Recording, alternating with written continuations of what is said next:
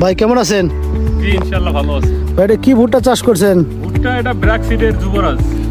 কেমন হয়েছে এটা বলেন তো ভাই? আপনি দেখেন খুবই ভালো হয়েছে, এটা মোসা অনেক বড়, গাছ শক্ত, আর এটা জার্মিনেশন ভালো ছিল, কোনো ভুট্টার গাছ মাইন নাই, আর কালারটাও ভালো। এর আগেও আমি ভুট্টা চাষ করেছি, তবে এটা ভালো লাগলো আমার কাছে, ফলনে অনেক বেশি হবে। আশা করা যায় অনেক ফলন বেশি হবে না? ইনশাআল্লাহ আশা করা যায়। তো এটা কি প্রতিষ্ঠানের ভুট্টা? এটা ব্র্যাকের? এটা ব্র্যাক সিডের যুবরাজ। তাহলে একটা মোচা দেখি, আপনি যে হাতটা ধরে আছেন ওই একটা মোচা ভেঙে দেখান তো। হ্যাঁ, যে ভিতরের রেসিপটা কেমন? এই দেখেন খুবই সুন্দর, ভিতরের মোচাটা ছোট আর দানাগুলো বড়। আচ্ছা আচ্ছা, কালারটা সুন্দর, রসের পরিমাণ খুব কম, একেবারেই কম, রসের পরিমাণ খুবই কম। আর ভুট্টাটা আমি মাঝে মাঝে খাই, সুস্বাদু স্বাদ আছে তাই না? সুস্বাদু।